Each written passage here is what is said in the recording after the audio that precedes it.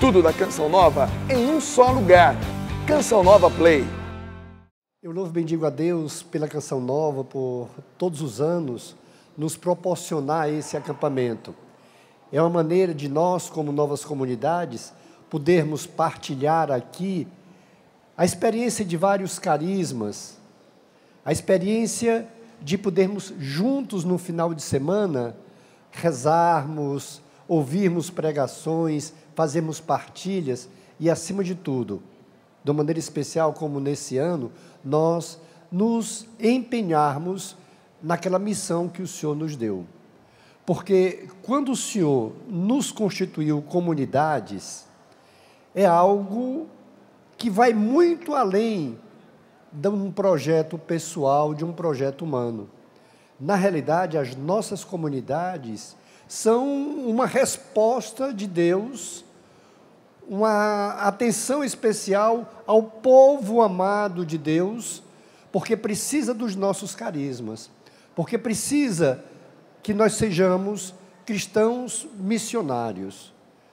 Vivemos uma fraternidade, vivemos aquele momento entre nós, comunidades mesmo, mas com uma grande missão. A igreja, ao reconhecer as nossas comunidades, ao reconhecer a Catholic Fraternity, e aí onde estão as novas comunidades, ela, nesse reconhecimento, ela tem uma esperança. Não é simplesmente para a vaidade nossa que a igreja nos reconhece. A igreja deposita em nós uma esperança, deposita em nós uma confiança que sejamos, sim, como leigos, engajados em todos os níveis da sociedade, comprometidos em anunciar o Evangelho de Jesus. E nós sabemos que tem duas maneiras da gente anunciar a boa nova, o Evangelho. É um anúncio em si, daquilo que a gente fala tão bem, o querigma, mas uma outra forma, e isso é a justiça de Deus, a gente viver a justiça de Deus, porque a gente sabe que só os justos entrarão no reino dos céus, então nós temos que anunciar a justiça, que possibilita a nossa entrada no reino, mas também nós temos a responsabilidade de denunciar a injustiça. Não só anunciar a justiça, mas denunciar a injustiça. O que é essa denúncia da injustiça? A injustiça é aquilo que nos priva da justiça, é aquilo que nos priva do céu. A injustiça é justamente aquilo que fecha as portas de uma possibilidade da nossa salvação. E essa salvação não só eterna, mas a nossa salvação já aqui na terra. E eu louvo e bendigo a Deus, porque nesse acampamento nós tivemos a oportunidade da presença, e eu diria que chancela a autenticidade desse nosso encontro com os dois estados de maior representação no Brasil, inclusive também no nível religioso, a presença de Dom Odilo e de Dom Orani, cardeais de São Paulo e do Rio de Janeiro.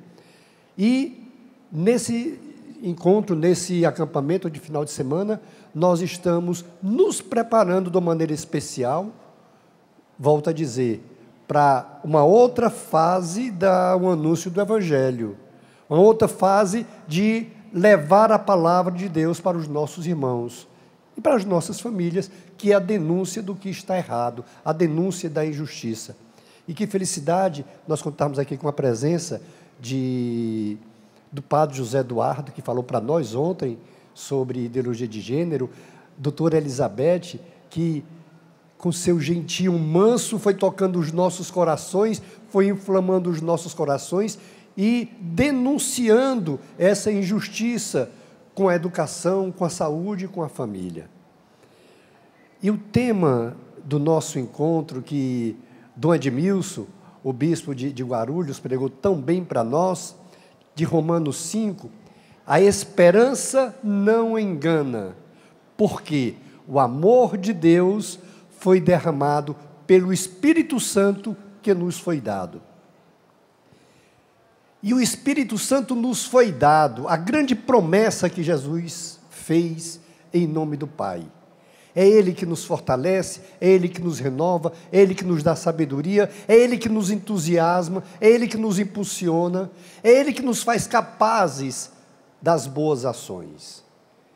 Mas o Espírito Santo precisa que sejamos seus aliados. Deus não faz absolutamente nada por nós daquilo que nós podemos fazer. Deus nos deu o Espírito Santo. É Ele que nos dá discernimento. É Ele que nos dá sabedoria. É Ele que nos faz irmos à frente. Mas Ele precisa de nós. Hoje, como desde a criação, o Pai precisa de nós. Precisa de nós. Não podemos esperar que apenas a graça de Deus aconteça. Não. Precisa de nós. E esse amor que foi derramado em nossos corações, eu quero fazer a leitura também de um tema que a gente vai abordar. O amor traz vida nova. É em 2 Coríntios 5,17. Se alguém está em Cristo, é nova criatura. Se alguém está em Cristo, é nova criatura. Passaram-se as coisas antigas, eis que se fez realidade nova. Nos faz relembrar, inclusive, o texto que está escrito aqui, 2 Coríntios 4,6. Do meio das trevas brilha a luz. Ou seja, o Espírito Santo de Deus nos capacita, nos unge a sermos esses evangelizadores para anunciar a justiça, anunciar o reino de Deus e denunciar a injustiça, aquilo que fecha as portas ao reino de Deus. E esse amor, esse Espírito Santo que nos traz um amor novo, é preciso que nós entendamos que quando estamos, de fato, abertos à ação do Espírito Santo, para a vivência desse amor, nós não podemos jamais fazer uma leitura, um entendimento do amor, sem lembrar de Jesus Cristo, quando Ele falou dos 2 mandamentos maiores. Amar a Deus acima de todas as coisas e ao próximo como a si mesmo. E uma maneira que nós temos de amar ao próximo é exortar, corrigir, educar, formar, denunciar também. Normalmente nós não amamos só o próximo com palavras, mas com ações e com ações de formação, de educação, de exortação. O evangelho de hoje, interessantíssimo, é uma parábola de Jesus Cristo. Está em Mateus 25. Vamos abrir aí, Mateus 25, versículo 14. Eu não vou ler todo, porque é longo, mas dá para a gente entender o conteúdo. Parábola dos talentos. Pois será como um homem que, viajando para o estrangeiro, chamou os seus servos e entregou-lhes seus bens. A um deu 5 talentos, a outro 2, a outro 1, a cada um de acordo com a sua capacidade. Eu quero, antes de entrar na parábola em si, dizer do encanto que eu tenho pelo fato de Jesus falar muito em parábola. Porque a parábola é mais até, muitas vezes, do que um fato histórico. Porque um fato histórico é a narrativa com aqueles personagens. Grandioso, grandioso. Mas a parábola é Jesus querendo dizer que todos nós estamos envolvidos nesse seu ensinamento. A parábola não é um fato histórico apenas, é um fato do coração de Jesus. É uma maneira do coração de Jesus nos falar algo que Ele quer revelar. E ao citar uma parábola, Ele está dizendo: nenhum de vocês está fora. Nenhum de nós está fora. nós fazemos parte do que o Senhor está dizendo agora para nós, porque é uma parábola, é uma verdade no seu coração, no coração de Jesus, e é uma formação e é uma exortação. E eu gosto muito dessa palavra, que quem fala muitas vezes na Sagrada Escritura de exortação é Paulo. E para Paulo, exortar quer dizer o seguinte: eu vou lhe exortar porque você não está fazendo exatamente isso, mas já levo o meu perdão, já levo o perdão. Ou seja, o que ficou para trás ficou, mas não continue a fazer. Exortação é mais ou menos isso. Se nós formos omissos, está perdoado, desde que deixemos de ser. É uma exortação à conversão, é um convite à conversão, deixar que as trevas fiquem para trás, para que sejamos resplandecentes da luz. E é interessante que Jesus fala que conforme a capacidade de cada um, conforme a capacidade de cada um. A um ele deu 5 talentos, a outro deu 2, a outro deu 1. E ele não exigiu que aquele que ele deu 2 tivesse uma resposta de 5, nem de 10, mas conforme a sua capacidade. E ele fala de 5, de 2 e de 1. O que é que ele está dizendo? Que nenhum de nós está fora dessa responsabilidade de anunciar o reino, anunciar a justiça e denunciar a injustiça. Nós não podemos simplesmente delegar as responsabilidades para os pregadores, para os fundadores, para os padres, para a igreja. Não. Cada um de nós tem talentos a dar resposta. Seja em casa, na educação dos filhos, sim, porque os primeiros responsáveis pela educação dos filhos não é a escola, não é a igreja. Onde primeiro se educa filho é em casa. A primeira escola de educação dos filhos, quer humana, quer religiosa, quer de moral, quer de caráter, é em casa. É em casa. Daí a gente já vê talentos que nós precisamos responder.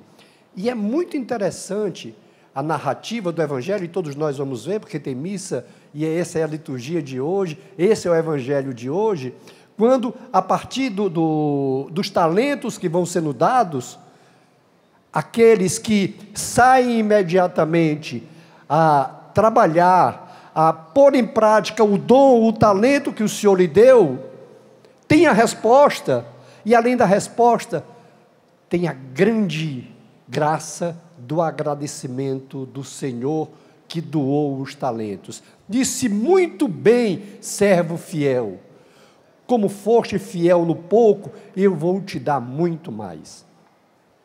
E aquele que o talento que tem, cava o buraco e esconde, e depois vem para o Senhor e dá aquele mesmo talento, ou seja, não produziu nada, ele tira aquele talento e dá para o que produziu mais. Isso quer dizer o quê? Nós não podemos esconder os nossos talentos. Queridos, deixa eu dizer uma coisa. Se cada um de nós, à medida do talento concedido, sair a trabalhar, a anunciar a justiça e denunciar a injustiça, nós evangelizamos o Brasil todo. Se cada um de nós fizer o desenvolvimento do talento que recebeu, as nossas famílias serão diferentes. Se em casa, que é a primeira escola, nós formarmos os nossos filhos para uma cidadania honesta, o nosso Brasil será diferente. Os nossos políticos serão diferentes. Ou será que a gente acha que os nossos políticos não nasceram numa família? O grande mal é que a família enterrou o talento que lhe deu. Nós enterramos os talentos que nós recebemos. Nós não anunciamos a justiça e não denunciamos a injustiça. Mas eu volto a dizer, ficou para trás o que era velho. Nós precisamos tomar posse dessa grande graça que o Senhor nos deu. Esse é um tempo de graça, em que nós estamos recebendo formações para esse grande combate, que é essa ideologia de gênero. Isso que nós estamos vivendo hoje, que é uma desqualificação da instituição primeira formada por Deus. E é interessante que a gente possa entender que o Evangelho de Jesus Cristo, narrado por Mateus, ele foi muito claro. Ele fala no último capítulo as últimas recomendações que ele dá aos seus discípulos e a todos nós, não só os apóstolos, mas os discípulos todos, e nós somos discípulos de Jesus. A última recomendação que ele dá é: ide por todo o mundo e anunciai o Evangelho a toda criatura. Quem crer e for batizado será salvo. Ide por todo o mundo e anunciai o Evangelho a toda criatura. Meus irmãos, anunciar o Evangelho de Jesus é estar comprometido na essência do Evangelho de Jesus.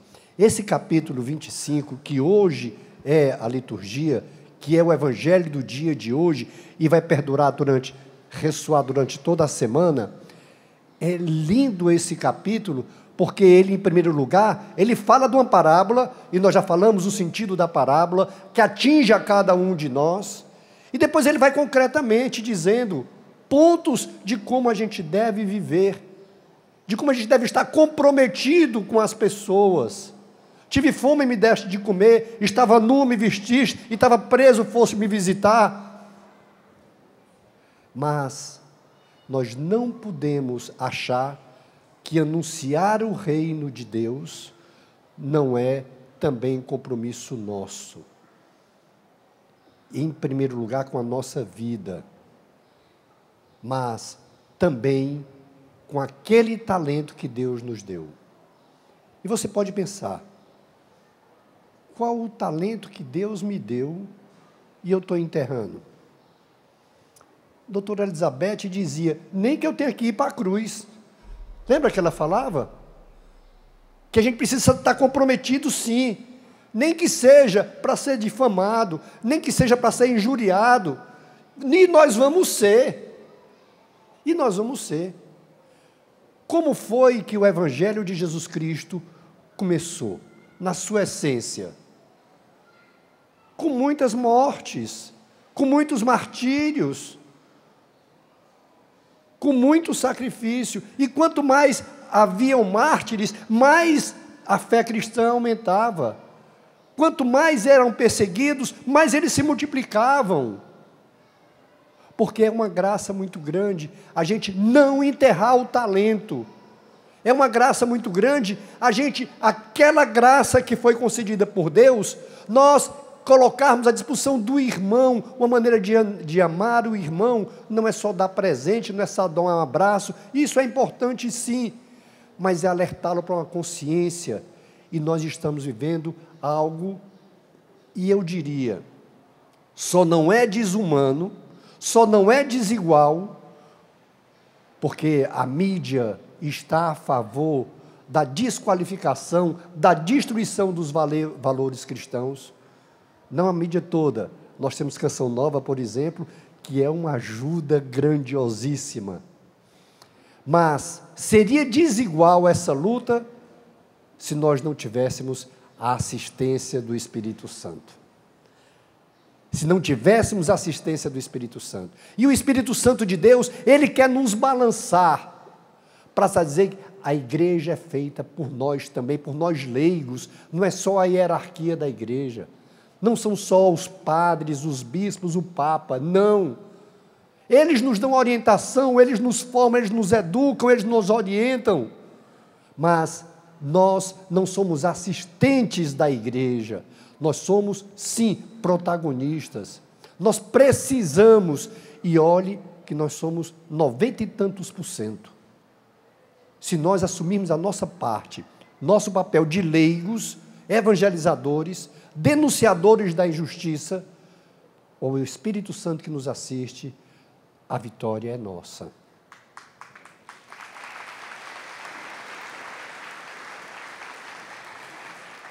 E eu quero lembrar Mateus 5, quando Jesus diz no versículo 17: não julgueis que eu vim abolir a lei. Pelo contrário, eu vim dar-lhe pleno cumprimento. Isso quer dizer o quê? Prevalece o projeto do Pai. Prevalece o projeto do Pai. Não pense que eu vim abolir a lei. Eu vim dar pleno cumprimento, está em Mateus 5,17. E qual é o projeto inicial do Pai? Qual é o projeto inicial do Pai? Está lá no início. No início. Padre José Eduardo, ontem, ele dizia: jamais nós pensávamos que um dia a gente tivesse que dizer homem é homem, mulher é mulher. Jamais a gente pensava que um dia dissesse homem é homem, mulher é mulher. Elizabeth falou aqui da turma da Mônica, já querendo fazer a cabeça das crianças para dizer que não é desse jeito. Aquela história da torneirinha, não é? Dizer que não é desse jeito. Mas qual é o projeto do Pai? A gente vai saber. Por que eu estou falando isso? Porque Jesus diz: não pense que eu vim mudar. E ele até diz: aquele que disser algo diferente do projeto do Pai, esse está fora da bênção de Deus. O projeto do Pai está no início. A doutora Elizabeth falou aqui que aquela desconstrução dos valores querem dizer que foi pela força do homem, em defesa do seu patrimônio, que se juntou homem e mulher. Que baboseira, hein, Elizabeth? Que baboseira. Vamos para Gênesis 1? Gênesis 1.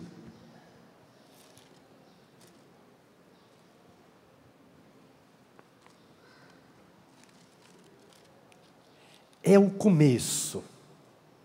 É o começo. Antes de ir para Gênesis 1, eu quero lembrar Mateus 19. Porque nós temos uma coisa, queridos. Ou Jesus Cristo é o nosso Senhor, ou não adianta a gente estar citando o Evangelho, citando as suas obras, o seu ensino.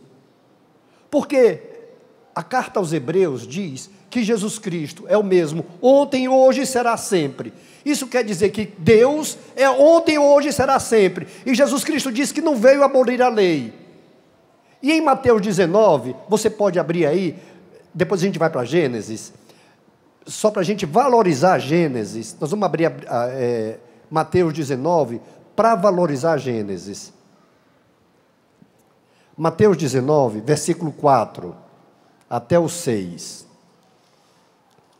Com isso aqui, nós vamos valorizar o que nós vamos enfatizar daqui a pouco. Mateus 19, versículo 4. Jesus respondeu: não lestes que desde o princípio o Criador os fez homem e mulher? Desde o princípio. O que é que a gente pode entender por princípio? O que é que a gente tem de princípio? Diga aí, o que é? O que é princípio? O que é o começo? É que antes não existia nada. Ou seja, a criação de Deus, o princípio, aquele que está, o pensamento inicial na cabeça do Pai, o que o Pai pensa, o que o Pai fez, o que o Pai criou, Jesus vem dizer agora: não lestes?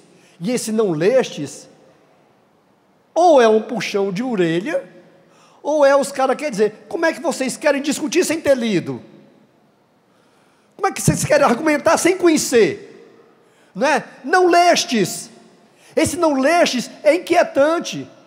Além de ser inquietante, para nós também deve ser inquietante para a gente ir atrás de se formar, ir atrás de compreender, de estudar.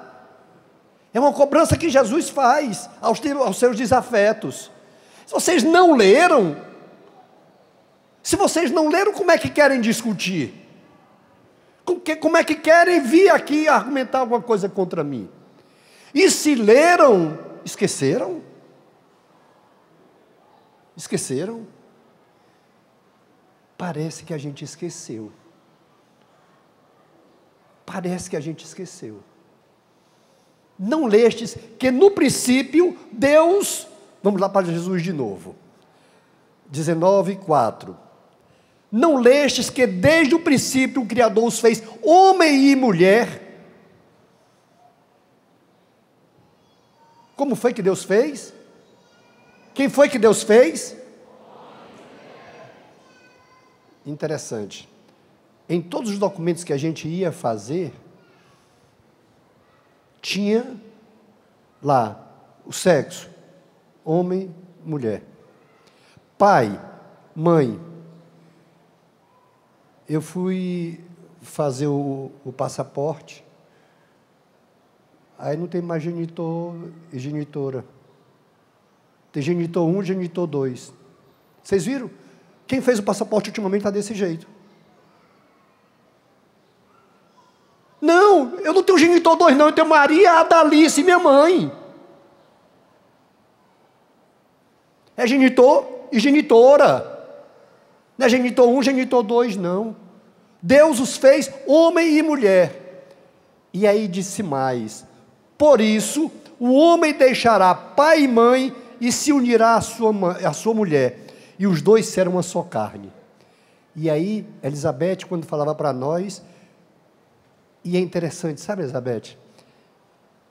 Como nós estamos num combate tão grande, a homem e mulher, eu acho que até a estratégia deles, e a gente tem que levantar essa bandeira aqui, para nós não nos banalizarmos com relação à castidade.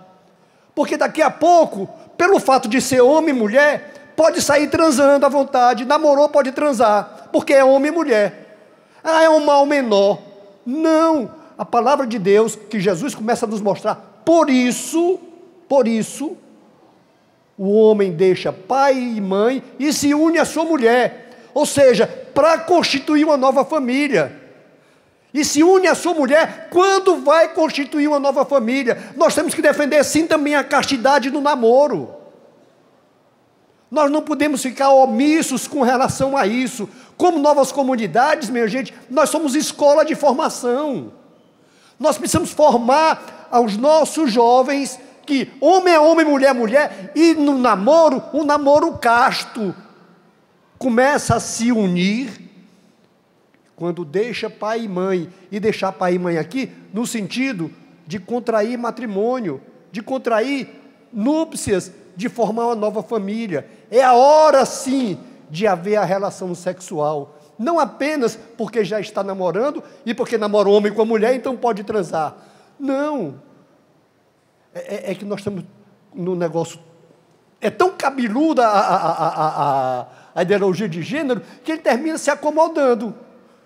Ele deixa de falar da castidade nos namoros. A gente deixa de falar na castidade entre nós. Deixa de falar porque não é homem com a mulher, pode. No devido tempo, pode. Para a graça de Deus. Porque, queridos, deixa eu dizer uma coisa para vocês. Uma das bênçãos maiores que tem, e Elizabeth falava que se nós não nos unirmos em matrimônio e não gerarmos filhos, e ela dizia da estatística que se for 1,25, vai desaparecer a humanidade, não é essa a estatística, Elizabeth? Se for 1,25 filhos, claro que não existe meio filho, nem um quarto de filho, mas é a estatística, se for 1,20, vai desaparecer a humanidade. E nós somos co-criadores com Deus. Nós somos co-criadores com Deus. É preciso sim gerar filhos. É preciso sim gerar filhos. para a continuidade da espécie. E a continuidade da espécie gera filhos. No princípio, homem... Vamos agora para Gênesis 1. Depois que Jesus disse, não lestes, então a gente pode ir para Gênesis 1.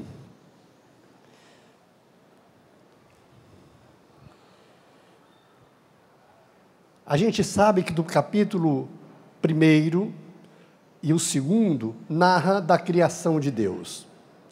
Um capítulo complementa o outro. E a gente vê, no princípio, a mesma expressão que Jesus usa, Deus criou o céu e a terra. Ora, a terra estava vazia e vaga, as trevas cobriam o abismo, e um sopro de Deus agitava a superfície das águas. Aqui a gente já vê um sopro de Deus, ou seja, o Espírito Santo como que chocasse, chocar não naquele de impacto, mas chocar no sentido como a galinha choca os ovos, como a galinha choca os ovos. O Espírito de Deus chocava a criação. O Espírito de Deus chocava a criação.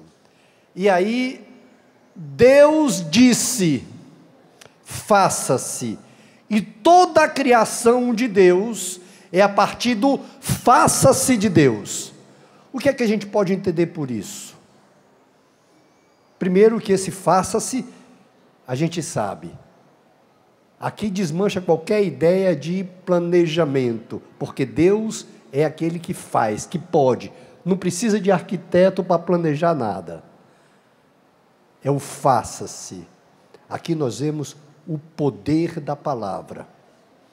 O poder que a palavra tem.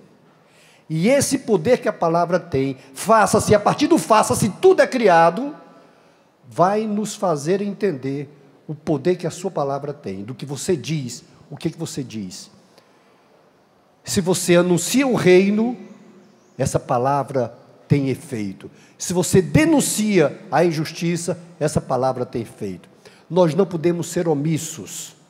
Por falta de uma palavra, por falta de alguém anunciar e denunciar a injustiça, anunciar a justiça e denunciar a injustiça, consequências terríveis podem acontecer. Elizabeth, na Assembleia lá no Ceará, estava na votação da ideologia de gênero nas escolas do estado do Ceará. Quando nós soubemos, nos reunimos no gabinete do deputado Evandro Leitão, que é lá da comunidade, e no gabinete dele veio também o Carlos Matos, que é da comunidade Shalom, e eles dois articularam vários outros deputados, e começou ali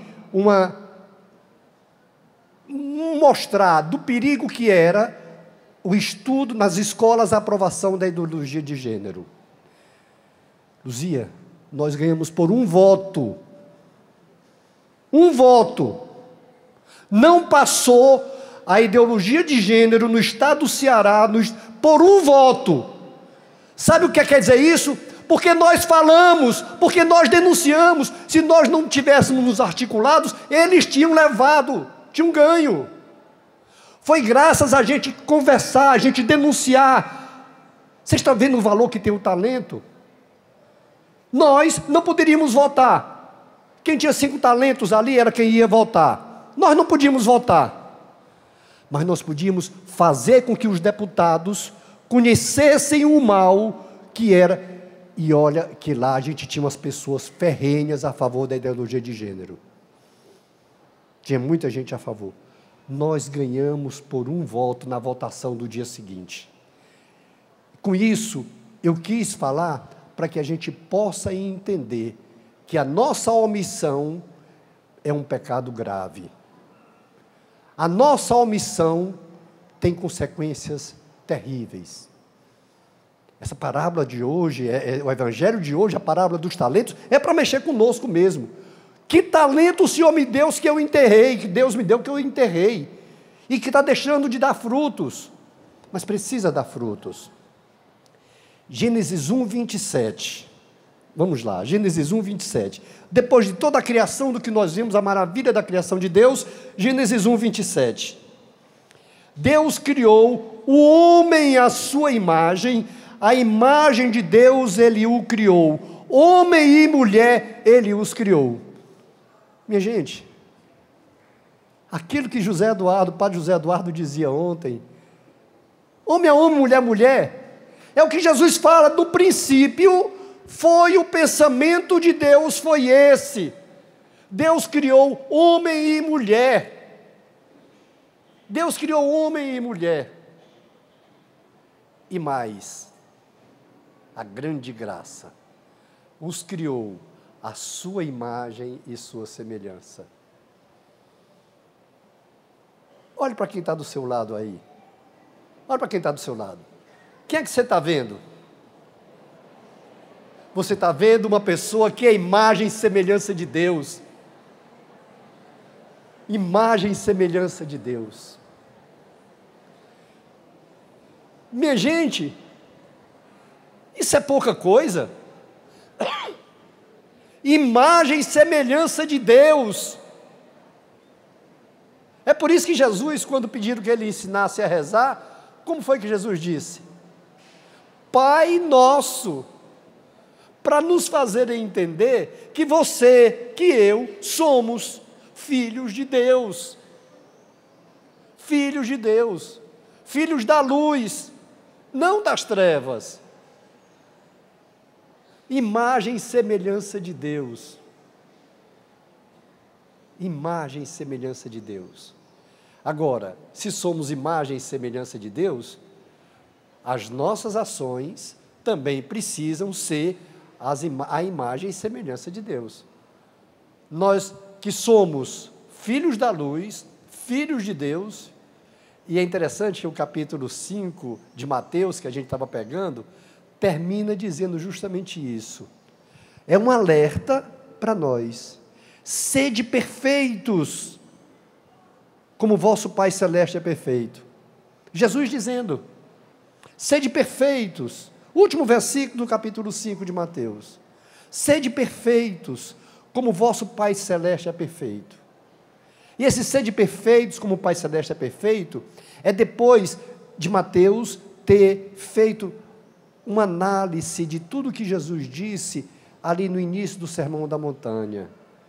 Quando ele volta a falar, inclusive, do homem e da mulher, que devem constituir um casamento, o homem e mulher. E o que é interessante? Gênesis 2, 16 e 17. Nós estamos em Gênesis 2, 16 e 17. Depois de toda a beleza da criação, depois de Deus nos criar a sua imagem e semelhança, Ele vem dizer, olha, presta atenção, é imagem e semelhança, não é igualdade. É imagem e semelhança.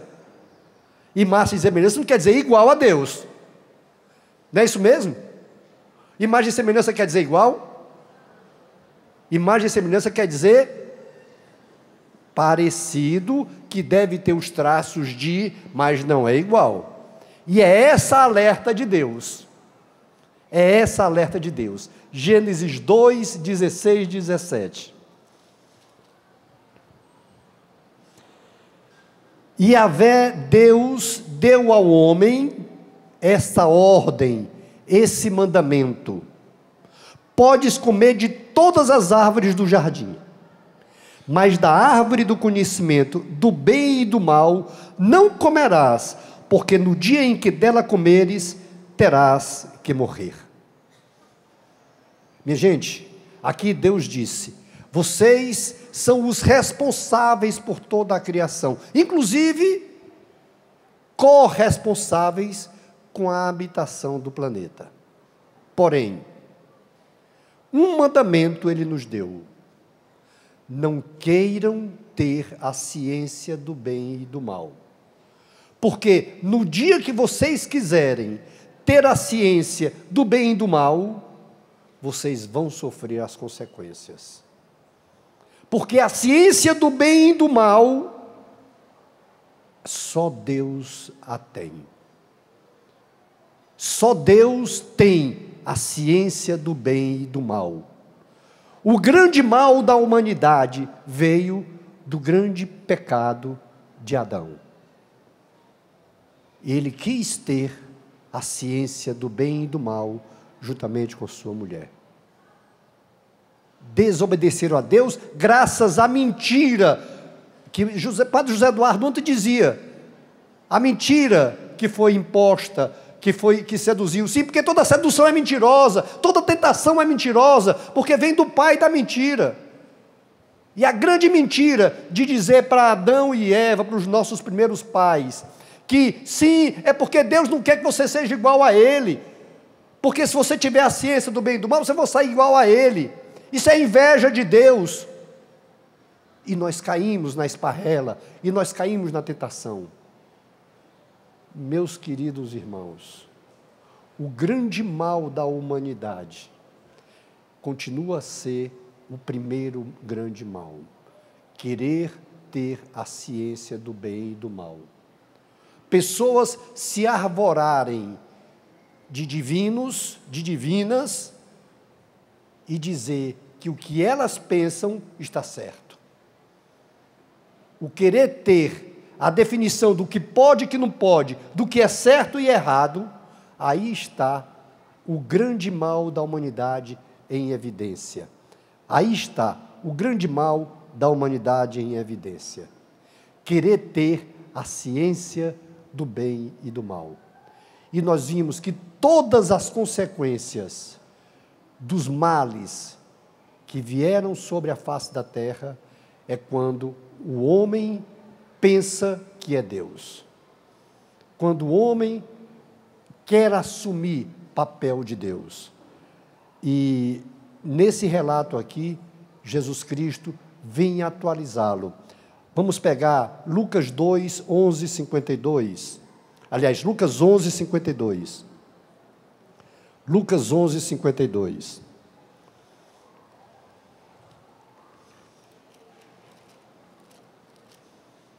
Lucas 11, 52.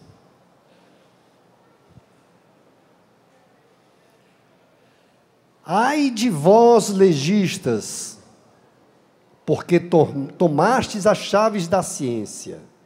Ai de vós, legistas, porque tomastes a chave das ciências. Olha, esse ai, a gente pode dizer, coitado de vós, não é? Coitado de vós, que tomastes a chave da ciência. Não é Gênesis 2, 17 e 18? E aí Jesus continua. Gênesis 11, 52. Ai de vós, legistas, porque tomastes a chave da ciência. Ou seja, ai de vós, coitado de vós, que querem determinar o que pode e o que não pode, que querem determinar o que é certo e o que é errado, determinar o que é que pode se fazer. Ai de vós, vós mesmos não entrastes e impedistes os que queriam entrar. Meus irmãos queridos, ai de vós, legistas, Jesus está querendo dizer aqui claramente, todo aquele que contraria o que está escrito, como disse Jesus. Não lestes o que está escrito?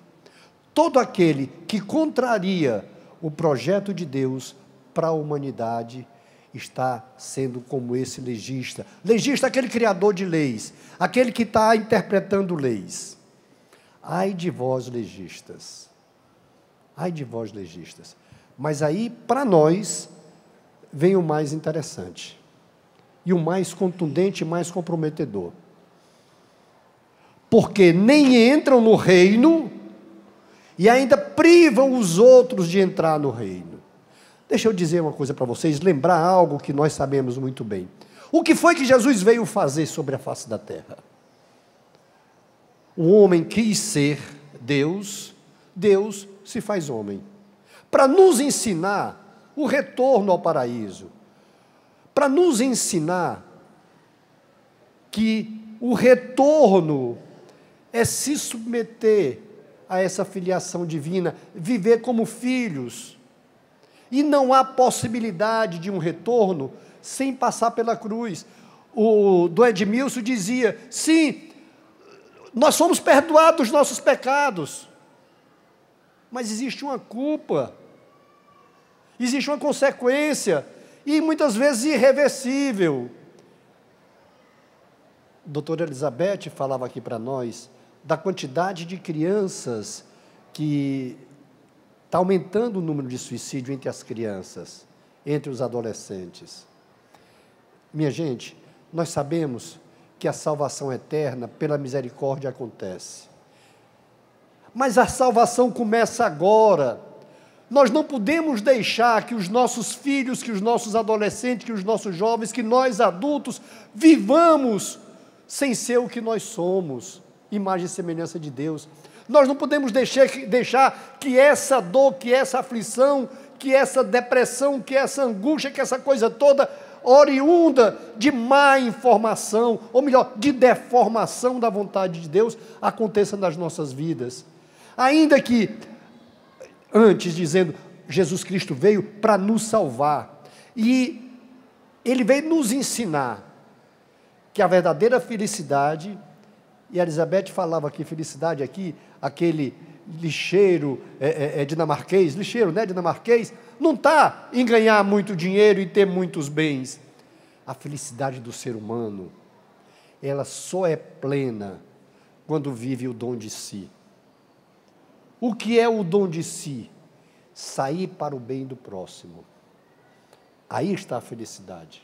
A gente salvar almas, mas salvar também nessa vida agora aqui, que a gente possa ter uma boa qualidade de vida, a vida cristã, não uma vida só pensando na eternidade, que essa, com a graça de Deus, sim.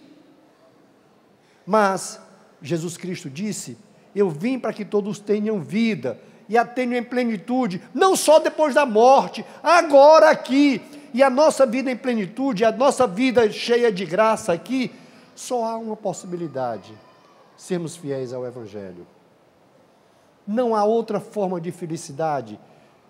Dinheiro é necessário, trabalho é necessário, sim, é dignificante, mas o dinheiro, o trabalho, a nossa caminhada toda, se ela for pautada no Evangelho de Jesus Cristo, aí sim, nós teremos felicidade.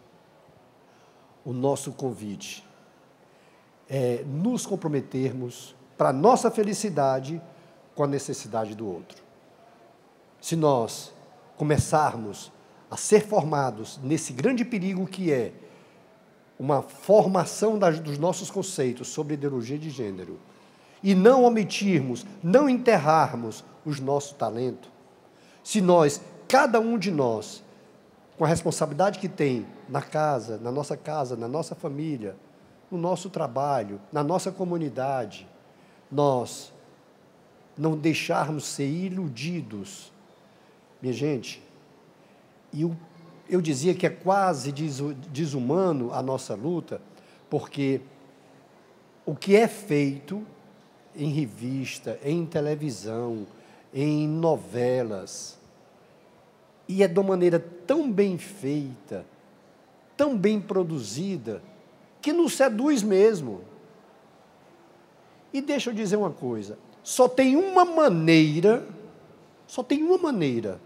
de nós não sermos seduzidos por essas novelas que desqualificam o ser humano, que desqualificam a família. Só tem uma maneira, de nós não sermos seduzidos por ela.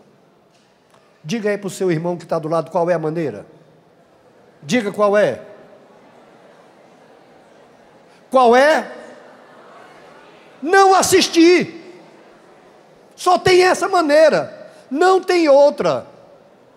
Ah, eu vou ver para ver como é que estão dizendo. É baboseira que estão dizendo, é desqualificação. Só tem uma maneira.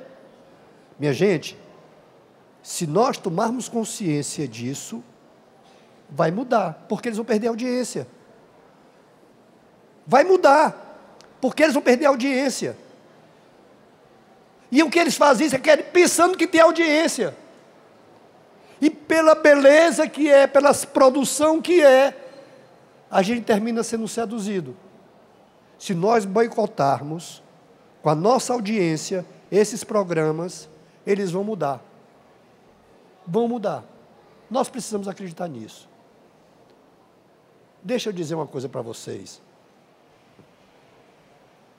O batismo no Espírito Santo, que aconteceu na minha vida há 35 anos atrás, mudou a minha vida. Mudou a minha vida.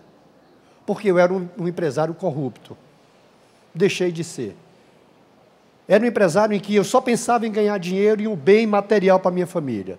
Depois daquela noite, em outubro de 1982, que eu fui batizado no Espírito Santo, algo sem que ninguém dissesse que eu tinha que deixar de ser corrupto, sem que ninguém deixasse que eu tinha que deixar de ser desonesto, de ser sonegador, mas algo me fez ter um desejo pela palavra de Deus, e aquele desejo pela palavra de Deus foi me mostrando que eu precisava viver como filho que sou de Deus, ter ações de Deus, e foi a palavra de Deus, com aquela noite do batismo no Espírito Santo, que foi transformando a minha vida, e essa luta para deixar a corrupção, para deixar a desonestidade. Por que eu estou querendo dizer isso?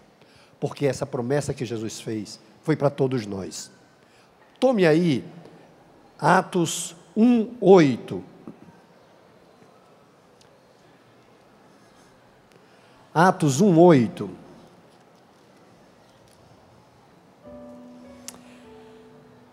Mas recebereis uma força, a do Espírito Santo, que descerá sobre vós, e sereis minhas testemunhas em Jerusalém, em toda a Judéia e a Samaria, e até os confins da terra. E até aonde? Aqui onde nós estamos. Recebereis uma força. Sim, porque Jesus Cristo passou 3 anos formando, educando, exortando, mostrando, fazendo milagres, prodígios. Mas aqueles homens que o acompanhavam, homens e mulheres que acompanhavam, ainda eram infiéis a ele. Apesar do desejo de serem fiéis, ainda eram infiéis. Até receberem o batismo do Espírito Santo. Até essa promessa que Jesus fez acontecer. Naquele dia de Pentecostes, quando veio o derramamento do Espírito Santo sobre eles, a vida daqueles homens se transformou.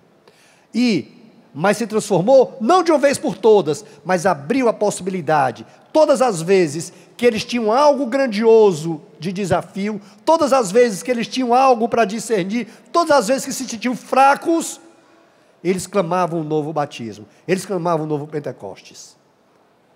E é isso que nós vamos fazer agora. Nós vamos clamar esse novo derramamento do Espírito Santo. Antes, deixa eu dizer, nós precisamos saber que as nossas ações têm consequências. As nossas omissões também. E as ações, as consequências são para nós e para os nossos irmãos, que são a expressão nossa de dizer que amamos a Deus. A nossa omissão, ela terá consequência para nós e terá consequência também para aqueles a quem nós precisamos demonstrar que amamos a Deus. Ou seja, nós estamos num combate e precisamos sim, todos juntos, combater esse combate. Vamos ficando de pé? Vamos ficando de pé.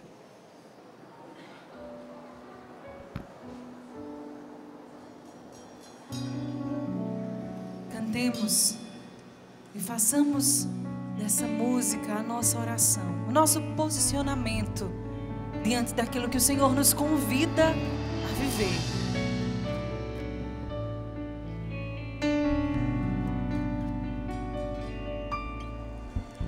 Senhor, preciso te dizer que é impossível me esquecer, que não estou só nessa batalha entre o bem e o mal.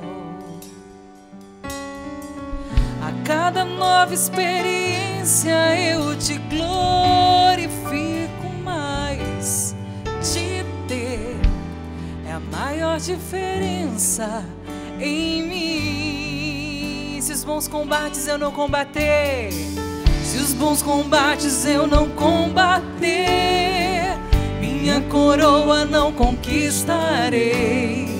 Se minha carreira eu não completar, de que vale a minha fé tanto guardar? Se perseguido aqui eu não for, sinceramente um cristão não sou. A tua glória quero conhecer, viver a experiência de sobreviver. Solta a voz e canta. Viver pra mim é Cristo, morrer pra mim é ganho. Não há outra questão, quando se é cristão não se para de lutar.